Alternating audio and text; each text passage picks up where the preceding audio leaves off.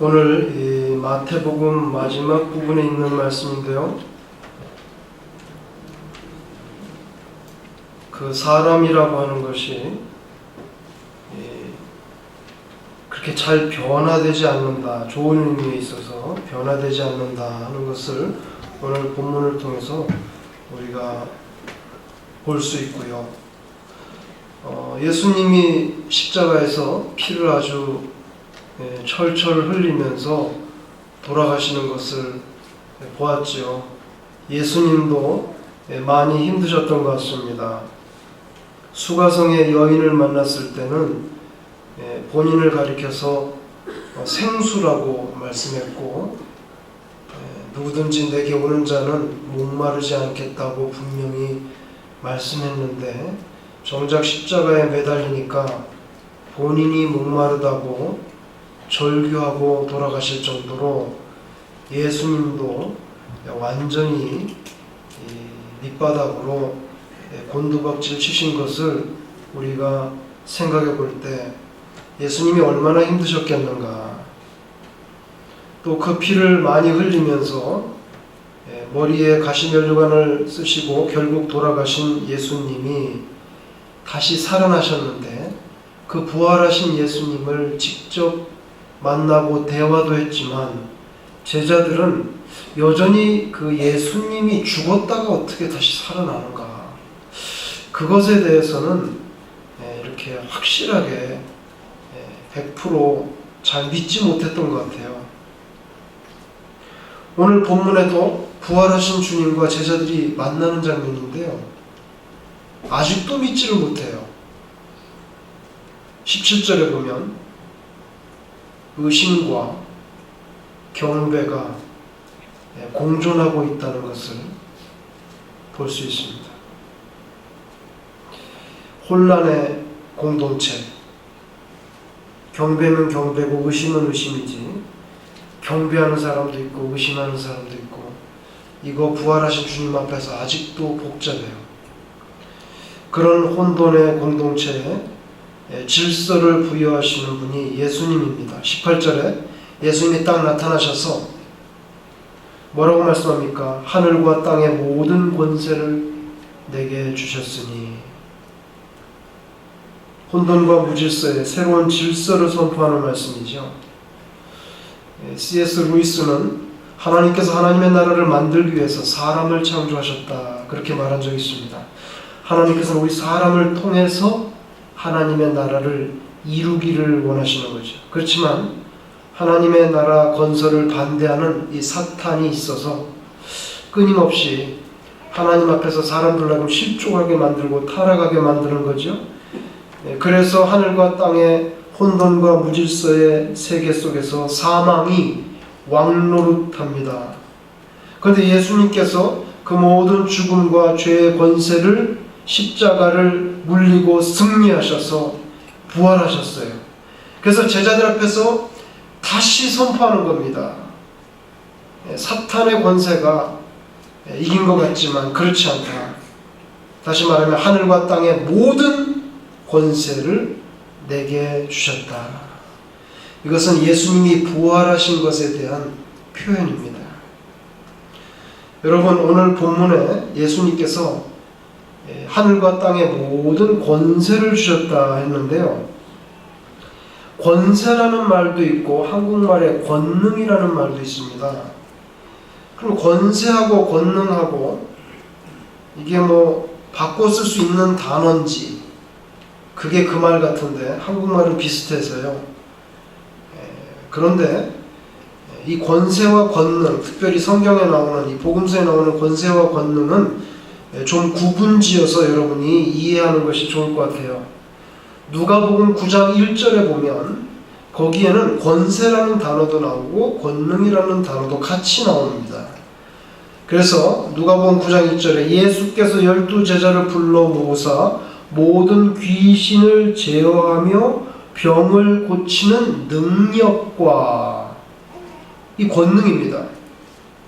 그 다음에 능력과 권위를 주시고, 이 권위라는 것이 권세라는 뜻이에요. 한국말은 능력이라고 번역했다가 권능이라고 번역했다, 이게 자꾸 번역이 다르니까, 근데 원문을 봐야 되죠. 할 수 없이 원문을 봐야 되는데, 여기 누가복음 9장 1절에 병을 고치는 능력과 권위, 이게 다른 부분에서 말하는 권능과 권세라는 단어하고 똑같은 단어예요. 그래서 헬라어로 말하자면 능력, 권능이라는 단어는 듀나미스입니다. 듀나미스, 파워라는 뜻이죠. 그 다음에 권위라고 하는 단어는, 권세라고 하는 단어 엑수시아, 엑수시아 이렇게 번역합니다. 원문에. 그래서 한국에서는 한국말에서는 권세와 권능이 비슷하게 들리지만 조금 구분해야 될, 제가 말씀드리겠습니다. 먼저 권능은요 주로 성령님과 같이 언급이 돼요. 그래서 성령의 기름 부음 받음으로 권능을 받게 되는 거죠. 그리고 개인적인 은사의 활용과 관계될 때 이 듀나미스라고 하는 단어가 등장합니다.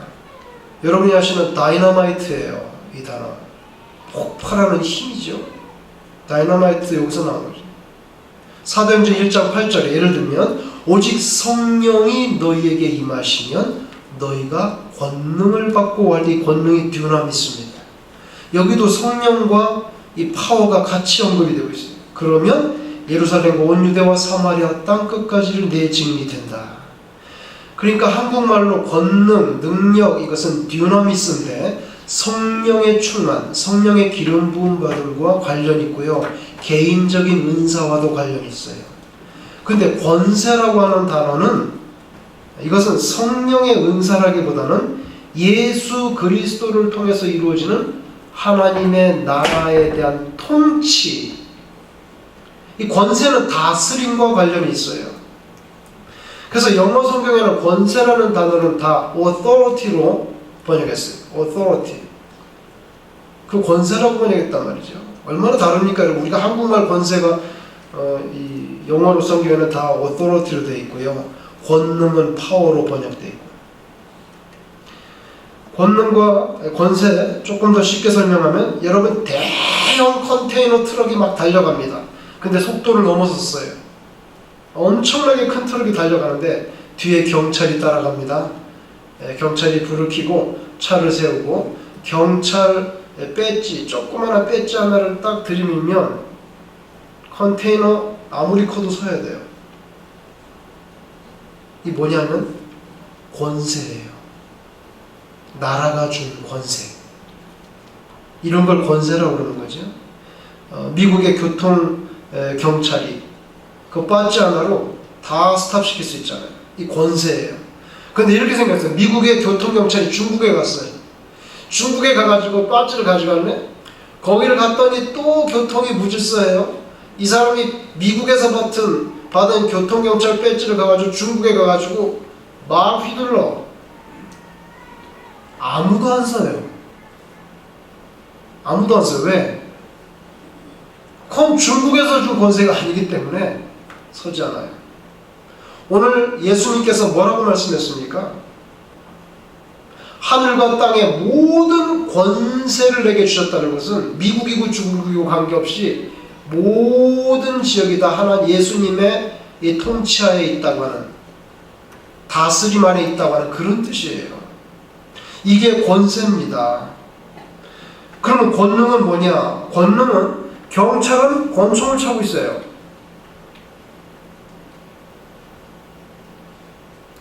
어떤 강도들은 경찰도 밀치고 경찰도 막 죽이고 하잖아요. 그러니까 총이 있어야죠. 총이 있어요. 이 권능이에요. 왜? 이 권능은 미국에서도 통하지만 중국에서도 통해요. 그건 파워예요. 좀 다른 거죠. 오늘 본문의 예수님은 내가 권세를 가지고 있다. 모든 지역이 다 나의 관할 아래 있다고 하는 것입니다. 우리 성도들에게 필요한 게 있어요.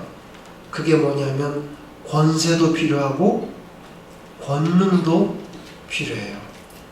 권능도 필요해요. 예수님이 하늘과 땅의 모든 권세를 가졌다.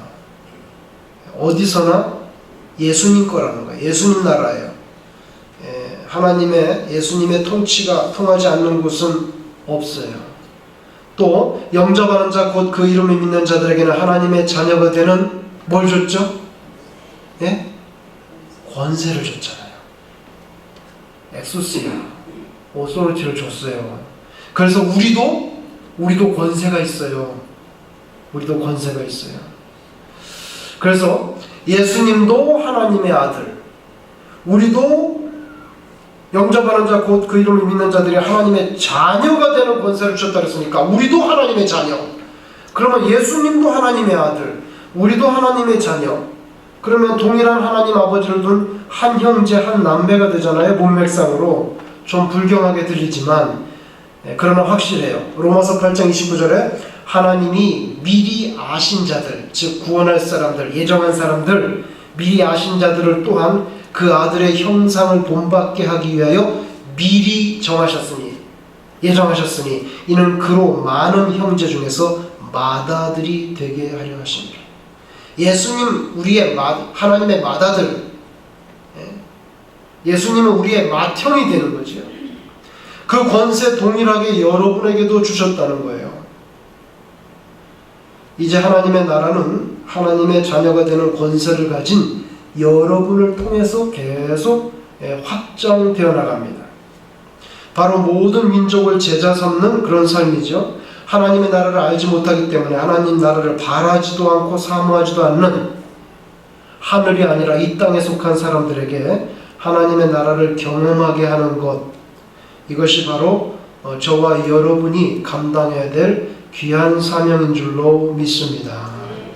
그래서 이것은 이스라엘이라고 하는 어떤 그런 유전적인 혈통으로만이 아니라 온 세상의 모든 민족을 대상으로 합니다. 왜냐하면 예수님께서 하늘과 온 땅의 권세를 가졌다 그랬으니까. 그러니까 아프리카 사람이나 남미 사람만이 아니라 모든 민족에 대해서 우리가 복음을 전해야 될 사명이 있어요. 여러분 오늘 16절부터 마지막 절까지 읽었는데 성경은 참 신비한 책이에요. 매번 읽을 때마다 감동이 매번 다를 수가 있죠. 오늘 본문 말씀 읽으면서 이런 생각을 해봤어요. 복음서를 마태복음도 있고 마가, 누가, 요한도 있는데 그 책을 쓰는 사람들이 맨 마지막을 어떤 장면으로 쓰고 마침표를 찍을까 굉장히 고민했을 거라고 생각해요. 저는 물론 성경은 하나님의 감동하심으로 쓴 책이지만, 그렇지만 로보트가 아니거든요. 인격적인 필체로 쓰는 거예요. 그렇죠? 그런데 마태복음을 쓰신 분은 마태복음을 이제 끝내야 될 때 어떻게 끝내야 되는 거예요? 어떻게 끝내야 하냐면 갈릴리의 어떤 산으로 가서 예수님과 제자들이 만나는 모습으로 끝냈어요. 누가복음은 좀 달라요.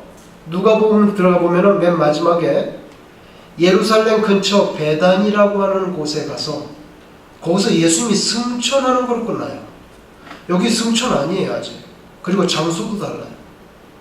그런데 오늘 16절에 얼핏 지나가는 것 같은데 마태를 쓴 사람이 얼마나 고심을 했는가를 좀 느낄 수 있는 부분이 있어요. 거기 뭐야? 갈릴리에 가서 예수께서 지시하신 산에 이르러. 대단치 않은 말 같아요. 갈릴리는 첫사랑을 회복하는 곳이죠. 예수님이 제자를 부른 곳, 믿음의 새 출발. 예수님이 십자가에 돌아가셨을 때 도망쳤던 그 버린 사명을 다시 새롭게 하는 것, 흩어진 공동체를 재건하는 곳, 절망을 희망으로 바꾸는 곳으로 예수님이 사용하셨어요. 그런데 여기 보니까 주님께서는 이 갈릴리로 제자들을 불러들였는데 거기 본문에 뭐라고 말씀하시냐면 지시하신 산으로 갔다는 거예요. 여러분 마태복음을 시작할 때 기자는 아브라함과 다윗의 자손 예수의 세계라.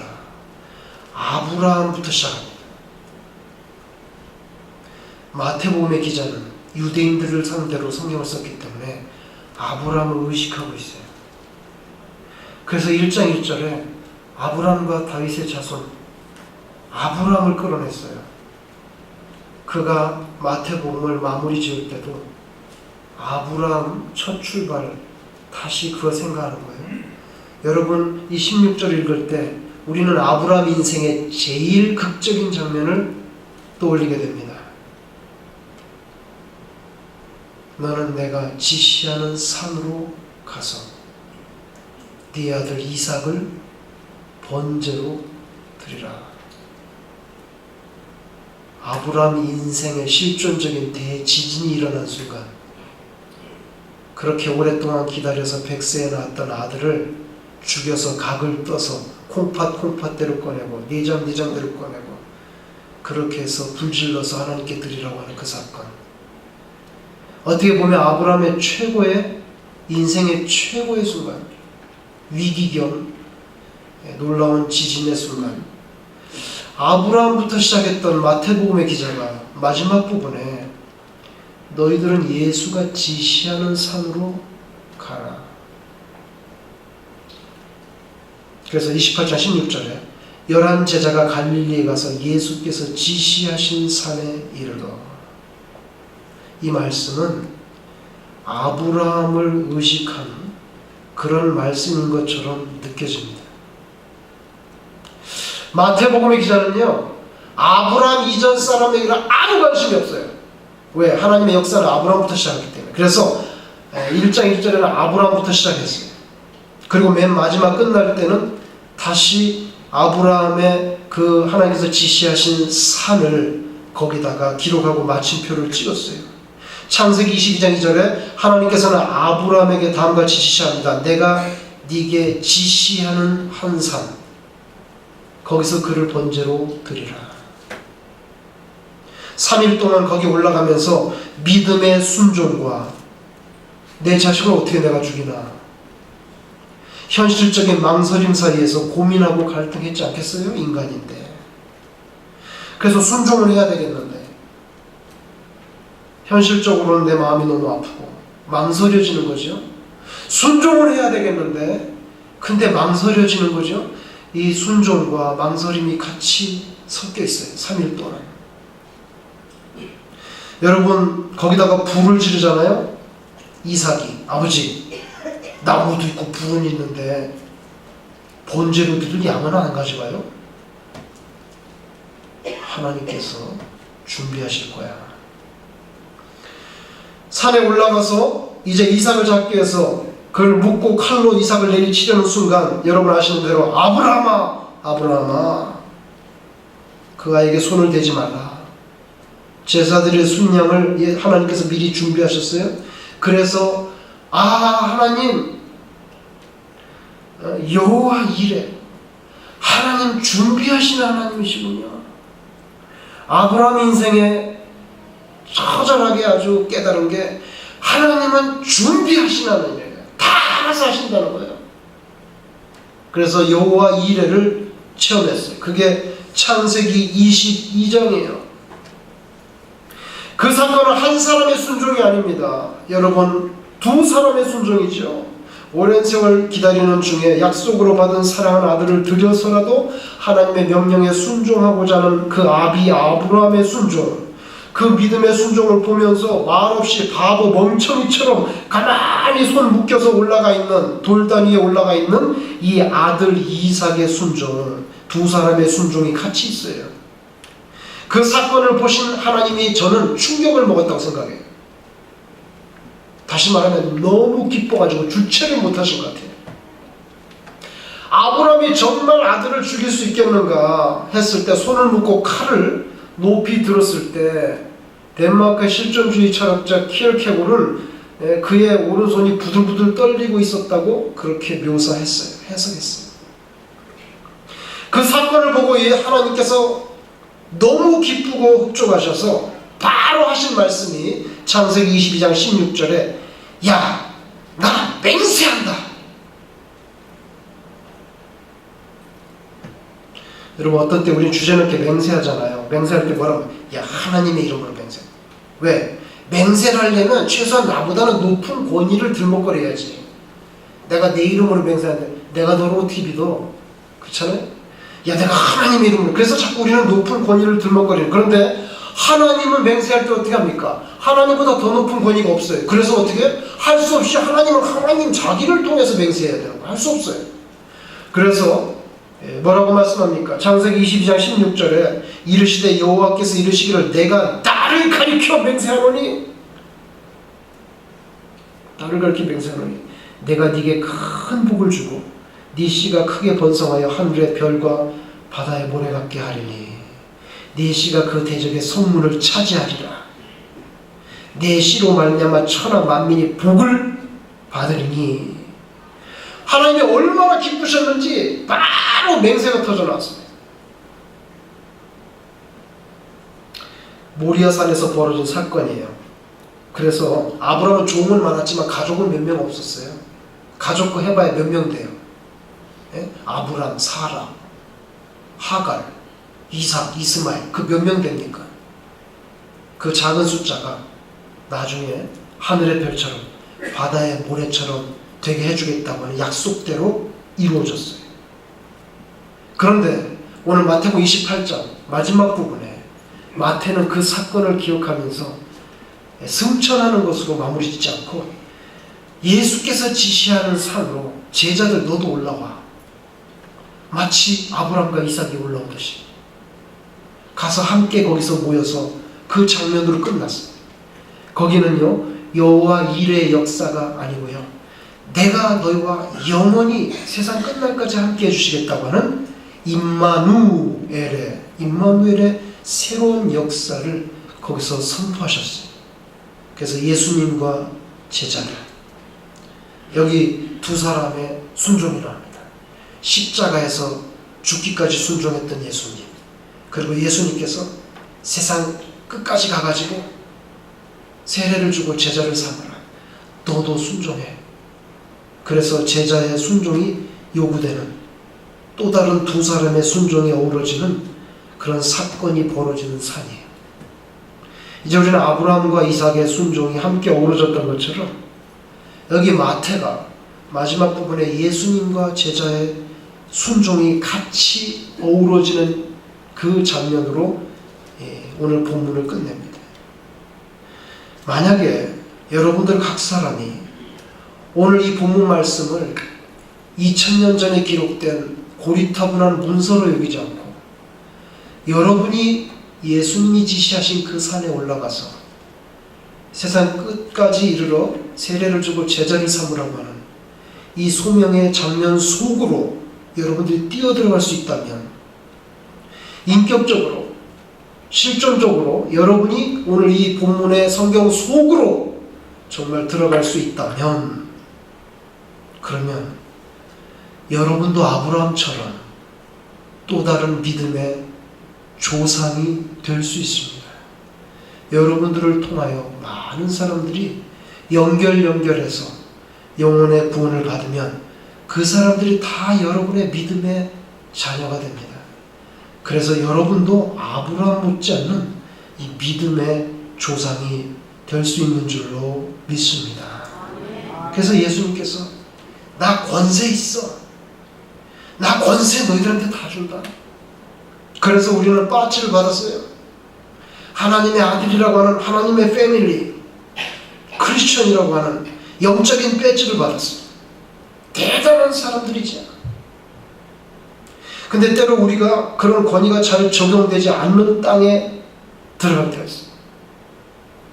빠치를 휘둘러도 중국에 가서 미국 경찰이 빠치 휘둘러도 안 되는 것처럼 예수님은 다 되지만 우리는 사람이기 때문에 빠지를 흔들어도 안 되는 그런 곳이 있을 수 있다는 거죠. 그래서 우리에게 필요한 게 뭐냐면 권세뿐만 아니라 권능이 필요해요. 배지만이 아니라 권총이 필요한 거죠. 다시 말하면 주님께서 주신 그 배지를 휘둘러서 어플라이 할 수 있는 그런 듀나미스가 필요하다. 그런 능력은 누가 주신다 그랬죠? 그 능력은 누가 주세요? 성령님이 주세요. 성령의 기름 부음 받음으로 우리가 파워를 가지게 되는 거죠. 중요해요. 우리는 다 크리스찬이에요. 너도 나도 여기 빠지 하나씩 다 들고 있다고. 근데 그 빠찌가 왜 안 통해? 오토리티가 보장되지 않은 곳에 안 통하죠.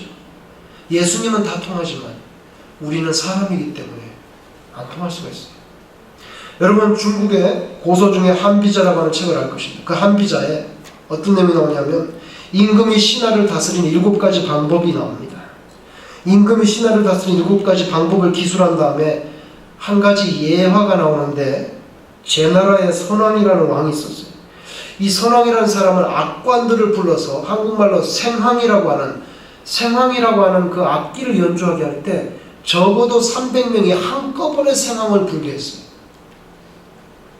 300명이 동시에 생황이라고 하는 악기를 불게 한다는 거예요. 그게 이 제나라 선왕의 스타일이에요. 그걸 알고 그 남곽처사라고 하는 사람이 있었는데, 남곽처사가 찾아와가지고 왕이시여, 제가 생황을 불겠습니다. 그래? 그러면 300명 같이 불러야지. 그래가지고 생황을 같이 불게 하면서 이 선왕이 기뻐가지고 수백 명분의 곡식을 내렸어요. 하사품으로. 근데 남곽처사는 생황을 불 때 꼭 300명 이상이 같이 부는 게 이 선왕의 스타일이라는 걸 알고 왔기 때문에 그렇게 했어요. 근데 선왕이 죽었어요. 그 다음에 왕이 된 사람 민왕인데, 이 민왕은 또 스타일이 완전히 다르네. 뭐냐면 생황을 불 때 전부 한 사람 한 사람 나와서 불어요. 그러니까 스타일이 다른 거예요. 그래서 남곽처사도 민왕이 등극한다면 한 사람씩 나와서 불어야 되니까 자기도 나와서 이제 불게 됐어요. 근데 사실은 남곽처사는 생황을 불 줄 모르는 사람이에요. 자기는 불 줄 모르지만 300명이 분다는 걸 알고서 상만 받으려고 끼어들어온 사람인데, 민왕이 와가지고는 각자 분다고 하니까 자기 차례가 됐는데 불 수가 없는 거예요. 이런 핑계 저런 핑계 대다가 그냥 도망쳤다고 하는 그런 내용이에요. 여기에서 한자에 남취라고 하는 말이 생겨났다고 합니다. 남취라고 하는 것은 무능한 사람이 유능한 척하는 것을 비유한 말인데, 또 여기에서 영어도 생겨났대요. 전 잘 들어보지 못했는데, He refused to face the music. 그는 뮤직을 맞닥뜨리기를 거부한다. 그런 말이 있다는데 전 잘 모르겠어요. 근데 이게 뭐냐면 책임지는 것을 거부한다는 뜻이에요. 능력도 없으면서 있는 척 했다가 책임을 거부하는 사람한테 쓰는 그런 말이 여기서 생겨났다는 거예요. 여러분, 우르르 군중 심리에 휩쓸려서 너도 나도 막 섞여. 그건 뭐 300명이 한꺼번에 생황을 불 때 문제되지 않아요. 우르르 기도할 때 다 기도해. 나도 기도할 수 있어요. 우르르 찬송할 때 나도 찬송할 수 있어요. 우르르 전도할 때 나도 전도할 수 있어요. 그런데 한 사람씩 해. 그럼 이제 본색이 드러나요. 근데 제 생각에는 남곽처사의 예가 우리의 신앙생활에도 동일하게 적용되지 않는가. 왜? 마지막에는 우리가 하나님과 나하고 단 둘이만 딱 맞닥뜨리는 절대자 앞에서의 단독자로 서게 되기 때문에 그때는 300명이 같이 불 수 없다는 거죠. 그때에는 진짜 듀나미스가 있어야 되는 거예요. 다 같이 전도할 때는 전도하세요. 너 혼자 해봐. 그래서 우리는 권세뿐만 아니라 권능, 하나님께서 말씀하신 듀나미스도 같이 받아야 되는데, 성경에는 보면 이가 꼭 성령님하고 같이 묶여서 나온단 말이에요. 저와 여러분이 성령의 충만함을 받아서 참 그리스도인의 이 삶을 살아갈 수 있기를 바랍니다. 여러분, 오늘 17절에 아직도 의심하는 사람이 있어요. 얼마나 인간이 연약한가를 보여주는 거예요. 부활하신 예수님이 이 앞에 있는데도 아직도 의심을 한다는 거예요. 경배와 의심이 공존하고 있어요. 근데 이게 누굽니까? 바로 저 자신의 모습이죠. 너무나 적나라한 모습이에요. 경배도 하면서 동시에 의심도 일어나요. 근데 여러분, 경배와 의심이라는 단어를 제가 직접 오늘 아침에 한번 찾아봤어요. 원문에. 그러니까 그걸 정확하게 번역하면 worship 그리고 hesitation이에요. 하나님을 월십하는 사람도 있고 하나님의 의심이라고 봐야겠는데 머뭇머뭇된단 말이에요. 민기적된다. 헤지테이션. 부활하신 예수님이 앞에 있는데도 예배하는 사람이 있는가 하면 이 머뭇머뭇거리는 그런 사람도 있어요. 사람의 눈에 볼 때 하나가 되지 못한, 이건 완전히 오합지졸이지. 부활하신 예수가 있는데도 여러분 최소한 3년 동안 가르쳤고 같이 밥 먹었고 밤에는 이슬을 맞으면서 같이 잤는데, 그런데도 부활하신 예수 앞에서 여전히 경배하는 사람도 있고 의심하는 사람도 같이 있어요. 놀라운 것은 예수께서 이런 사람들을 꾸짖거나 벌하지 않으시고, 야, 내가 부활해서 이 앞에 있는데도 지금 의심을 하고 머뭇머뭇거리냐? 너는 도대체 어떻게 되어먹은 사람이냐? 이렇게 꾸짖거나 벌하지 않으시고 한꺼번에 새로운 사명 가운데로 주님이 밀어붙이셨다는 거예요. 이건 대단히 놀라운 사실이에요. 어떻게 헤지테이션 갖고 있는 사람에게 주님께서 질책하지 않느냐 말이야. 여러분, 이것이 예수님의 모습이에요. 사람하고 다른 거죠. 예수님은 예배 드리는 사람만 보시는 건 아닌 것 같아요. 주저주저하는 사람도 같이 보시고 불쌍히 여기고 같이 묶어서 격려하시기를 원한다는 거죠. 여러분, 아브라함의 순종이 있고 이삭의 순종이 있어요. 이 마태복음 28장에 지시하신 산에 가서 예수님의 순종이 있고 그리고 제자의 순종이 있습니다. 여러분이 오늘 본문 속으로 뛰어 들어가셔서 그 예수님과 제자, 그 제자의 자리를 차지하시고 여러분이 하나님 앞에 충성된 그런 전도자로 사셔서 하나님께 믿음의 조상이라고 하는 큰 복을 받기를 축원합니다. 여러분의 삶이 둘 중에 한 사람, 그 의미 깊고 소중한 역할을 하는 삶에 기쁨으로 여러분의 인생의 패를 던질 수 있게 되도록 하나님께서 축복하시기를 소망합니다.